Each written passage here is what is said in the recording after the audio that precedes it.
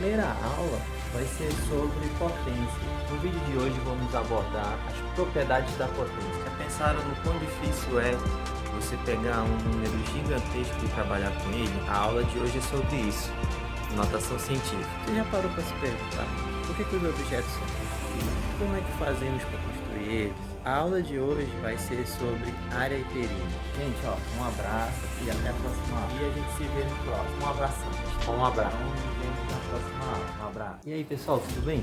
Professor Gilson de Matemática de novo aí, trazendo mais uma aula para vocês. A aula de hoje é sobre radiciação. Fica ligado aí. E o que seria a radiciação? A radiciação é a operação que nós utilizamos para quando nós queremos descobrir qual é o número que multiplicado por ele mesmo uma determinada quantidade de vezes dá um valor que conhecemos. Vê aí um exemplo. Qual seria o número que multiplicado por ele mesmo 3 vezes daria o número 125? Bom, por dedução seria o número 5. Se você pegar o 5 vezes o 5 vezes o 5, o teu resultado vai ser 125. Logo, o número 5 seria o número que nós estamos procurando. Para representar uma radiciação, nós trabalhamos mais ou menos neste formato aqui, onde esse símbolo que está em torno do A se chama radical, tá? Que é o que representa a radiciação.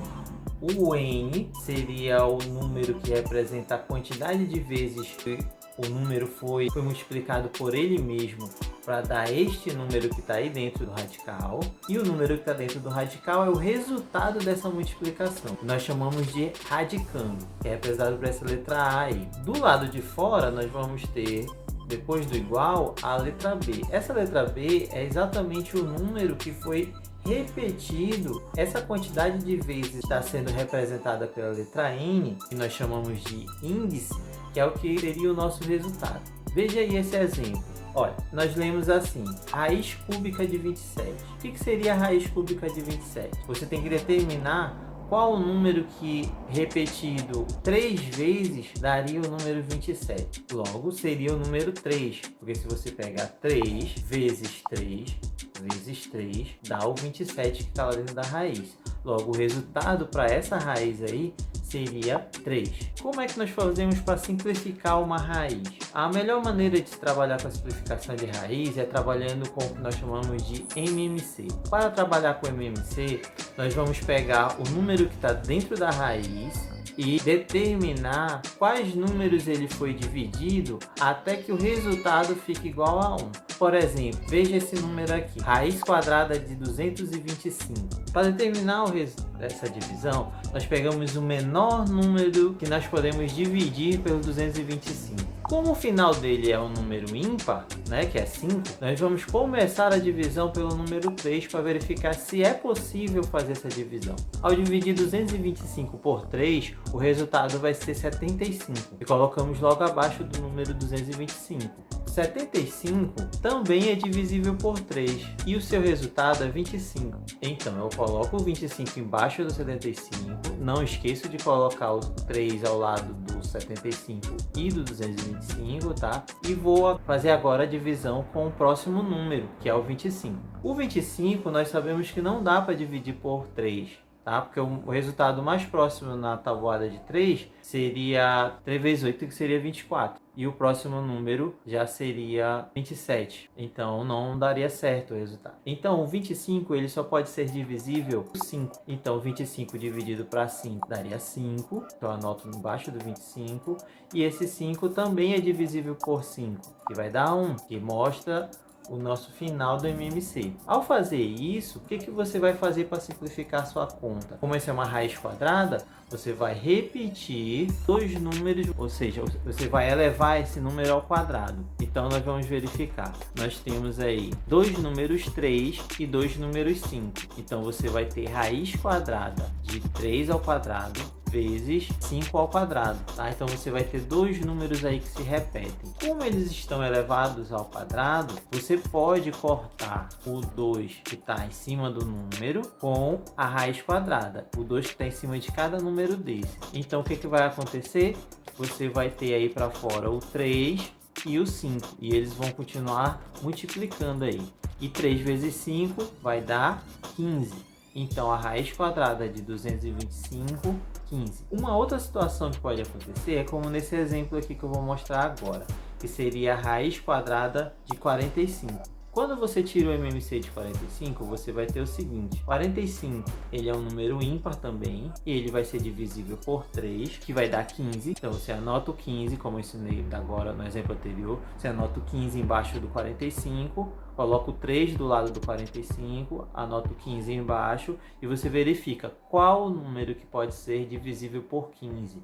Então o menor número que pode ser divisível por 15 é o número 3 também. Então você escreve o 3 do lado do 15 e vê qual é o resultado. 15 dividido para 3 vai dar 5.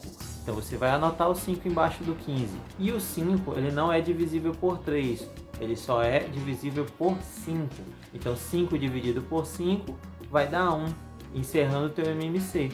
Então você vai ter dois números 3 agora, fazendo 3 ao quadrado, vezes um único número 5. Isso vai ficar dentro da raiz quadrada. No entanto, quem vai sair dessa raiz quadrada?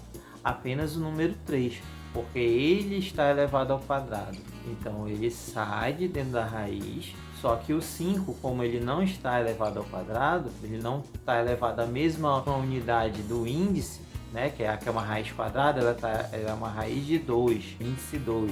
Então por isso que eu posso cortar e tirar de dentro da raiz. Então como o 5 ele não está elevado ao quadrado, você mantém ele dentro da raiz, ficando a resposta da raiz quadrada de 45, 3 raiz de 5. Tá? Essa é a forma correta de se simplificar. O próximo passo seria as operações com radicais. A primeira delas seria a soma.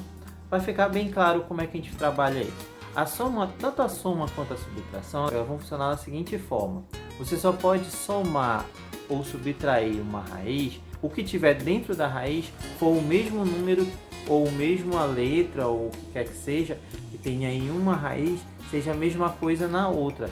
Assim como nesses exemplos aqui, ó, esses dois exemplos que eu estou colocando para vocês aqui. Se eles forem a mesma coisa, você pode somar tranquilamente. Só que você não soma o que está dentro da raiz, você soma o que está ao lado da raiz. Por exemplo, nesse caso aí, onde você tem 3 raiz de 2 mais 5 raiz de 2 menos 4 raiz de 2, o que você vai somar e subtrair nesse caso aí? Apenas os números que estão ao lado esquerdo de cada raiz.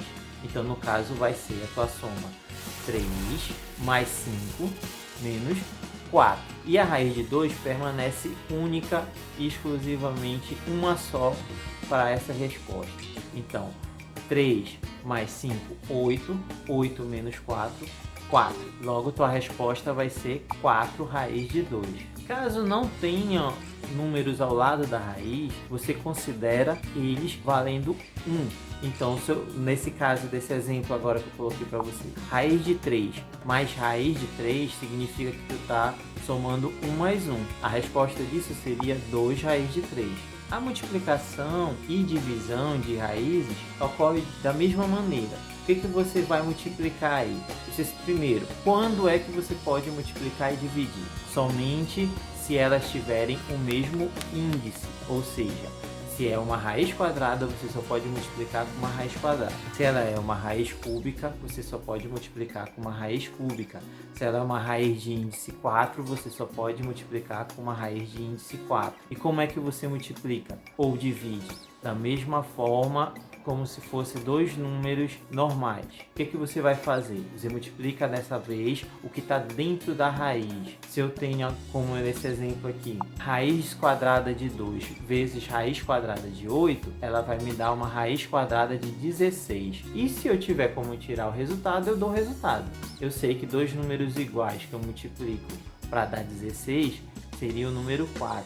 Logo, raiz de 16, 4. Certo, pessoal? Caso tenham números na frente da raiz, tá, do lado esquerdo, como na soma e na subtração, esses números eles vão multiplicar, mas só entre eles, tá? O que está do lado esquerdo de um com o que está do lado esquerdo do outro, tá? E o que está dentro de uma raiz com o que está dentro da outra raiz.